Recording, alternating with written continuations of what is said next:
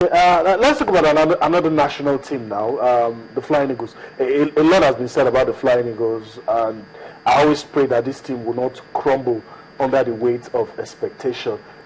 Some people are saying that the wait is finally over. We might just get our chance with this team to win the FIFA Under-20 World Cup. But I think it's too early to be saying that. But you see, in a week's time, the guys are in Germany now. In a week's time, the final 21-man list will be released. Do you think we're going to get any surprises? That's the question. There are rumors of Isaac's success being injured, not injured. Kelechi Iheanacho has been injured, a lot this season. So are we with Man City? And the coach will release the list after the second test game against Nürnberg. So my question to you is, he's not going to get the chance to see those highly rated youngsters. Yeah. So will it be fair to the others if you don't see much of those guys, you pick them, and those who've, I'm just... When I saw the list at first, the numbers of players that traveled to Germany, about 21 of the players who won the African Championship are actually there. Now, you can't tell me that you're going to drop any of those players. That's the truth. It's going to be difficult for you to want to drop any of those players, and it's going to be unfair to those players who have been there. And also, and if you check the other 5 players who made up the list, you have some players from the home base, from the Nigerian Premier League. But I think what they can do, if Isaac Sosa and Kelechi Iheanacho and the likes can make it to camp, before the last game, fine, they can be picked. But if they don't make it to camp, it's going to be difficult because you end up having someone who is coming in and may not be able to blend perfectly well. Okay, fine, we know they actually won the World Cup in Qatar the last time. But 2 years have gone by precisely, and some of these guys have actually played abroad and they played the professional team. Like Kelechi Iheanacho is playing regularly with. He wasn't playing regularly, but at the time he was actually playing for the youth team. And recently we discovered that he played for the FA youth team and all that, and was even scored a goal. Now they've actually gone a notch higher than how they were when they left at that time. So if you're not going to bring them in very close to the tournament, I don't know what's going to happen, because it's definitely going to affect them. So if they can if they can come to camp early before the last game, I think the last game is going to be on themselves. Precisely before the last game against Hoffenheim, or the last Friday. It will be only Friday. It will only be fair if the coach gets to see them, not just pick them. Yes, without pedigree and all that. And of course, for that Kelechi for Isaac's success, he can easily see how fit he is. Remember what happened on the 17 level? That was when Taiwo Awoniyi was actually brought in, step in, and of course, right now he's our biggest sensation. Okay. So we move on, and we wish the Flying Eagles all the best. We hope that they are able to go all the way. And when the list comes out in a week's time, we will examine the list and see, try to look at the mindset of Coach Manu Garba as he picks his team for the FIFA Under-20 World Cup. Well, let's take a little bit of politics. Talking about FIFA, we hear that the three guys contesting against Sepp Blatter are going to meet on Monday, and it's likely one will step down. We're talking about Van Praag from Holland, Luis Figo, and Prince Ali. One of them would likely be running against Sepp Blatter. First, I'm going to ask you, is this a panic move? I think so, or maybe rather, Prince Ali actually said something the last time when he was with the Asian Congress and all that. He said if he had to step down for anyone to actually compete favorably with Blatter, he would do that. So I think they are actually trying to gather more votes, because they know that if the three of them go against Blatter, the votes will be split. Maybe that's what they're trying to do. You're having two people coming from Europe now, Luis Figo from Portugal, then you have Van Praag from Holland. So it simply means the vote will be split, because they will be thinking, am I going to vote for him or that? So maybe if Prince Ali should step down, I don't know, Luis Figo step down, they're really having Van Praag. No, quick one. What you said made me think of this. Okay. And outside Europe, yes, do you see any of those guys pulling? The last time, was it Figo that wanted to speak to the Asian Football Confederation at their meeting. It wasn't even allowed. He wasn't allowed to speak. So I'm saying, any of these guys, can they pick votes outside UEFA? It's going to be difficult, you know what? Because Asia actually came up to say that, look, we are supporting Blatter. So there's nothing about really needs to step down. And also, if you take a look at another aspect, when Blatter came to Africa for the CAF Congress, Issa Hayatou also came up to say, look, we are supporting Blatter. Although some other federation came up to say, look, you can't speak on our behalf and all that. We know who we are going to vote for. And one of the candidates said some of those federations are not democratic.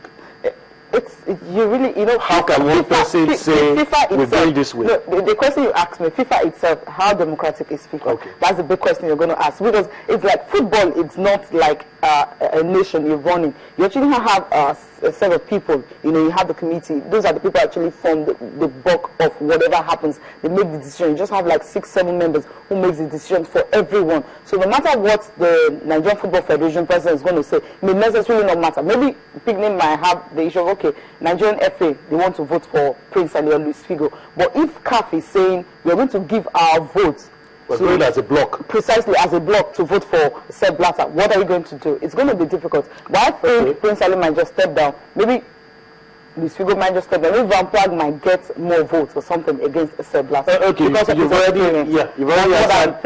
answered the question I was about to ask you, that if you were to speak to the three of them and tell somebody to step down, and who would you pick? I think Figo can, then Prince Ali, because he's definitely not going to get anything. I think Van Praag may just stands a better chance. Yeah, you just answered me there. All right, let's go to Spain. Interesting. We've always known that this was going to happen at some stage, and now in Spain is the TV rights issue cropping up. You have the Spanish Football Federation on one side. You have the guys who control the league on one side, and you have the players on one side. A lot of inequality in how TV revenue is shared in Spain. It favors Real Madrid and Barcelona. The government is saying we want to readjust. Yes.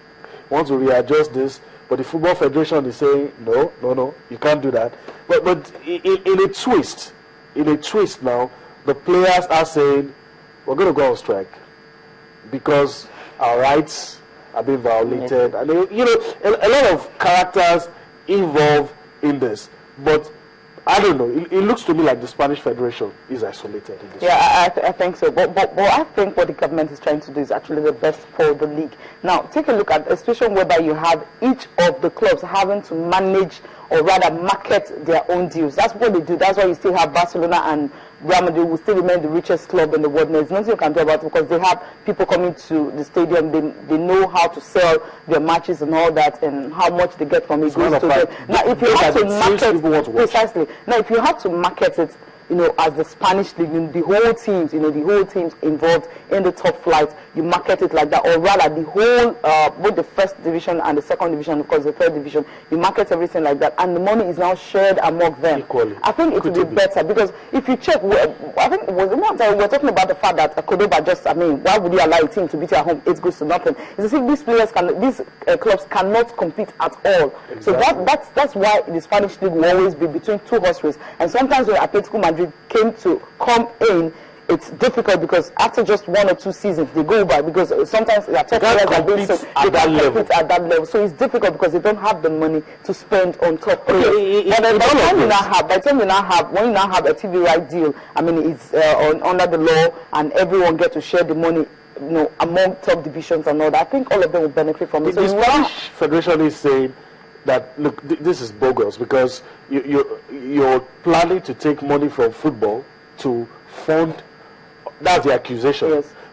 From the Spanish Federation. But the guys who manage the league don't seem to be singing the same song. And the player, in fact, where do the players stand in all of this? The player actually said it's going to be infringement of their rights, violation of their own rights, because maybe they're the ones. This new law is okay. And some of them there's actually another angle, another twist to it, that they're saying that it's going to have to do with whatever money they make. Some amounts, maybe their tax is going to be increased. Some money might even. There was a protest yesterday, and that's what somebody might on screen.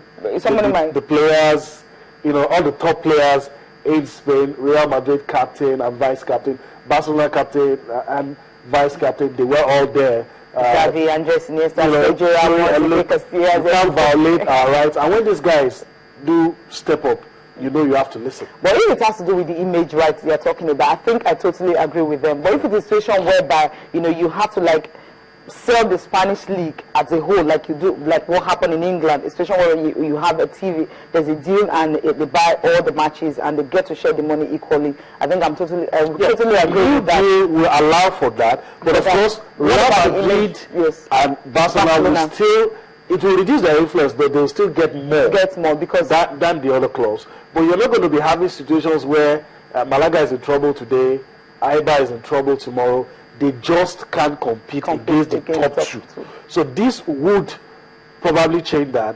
But the FA is looking at it from the angle that it reduces our it's income and all that. They're thinking government is going to make some money out of the league and use to fund other sports. And that's something they're not we'll see how it goes. We'll see how it goes. But May 16, the FA has said all matches will be suspended, and the final of the League Cup also will be affected. So we'll see how all of this. We'll see how it goes. We'll see if there is a change. All right, let's move on now and talk about some other things. But let's give you this piece of breaking news. It just came in from our news desk. Boko Haram insurgents attack College of Administrative and Business Studies in Potiskum, Yobe State, Nigeria's northeast region. Reports say that suicide bomber was killed in the attack, while some people are receiving treatment following the attack. I'll take that again. A piece of breaking news just coming in. Boko Haram insurgents attack College of Administrative and Business Studies in Potiskum, Yobe State. That's Nigeria's northeastern region. Reports say that a suicide bomber was killed in the attack, and some people are receiving treatment following the attack. We will keep you updated on this breaking story. Sad one right there, but we do hope that all of these things will surely come to an end soon. Okay, we'll move on from that. Let's talk boxing.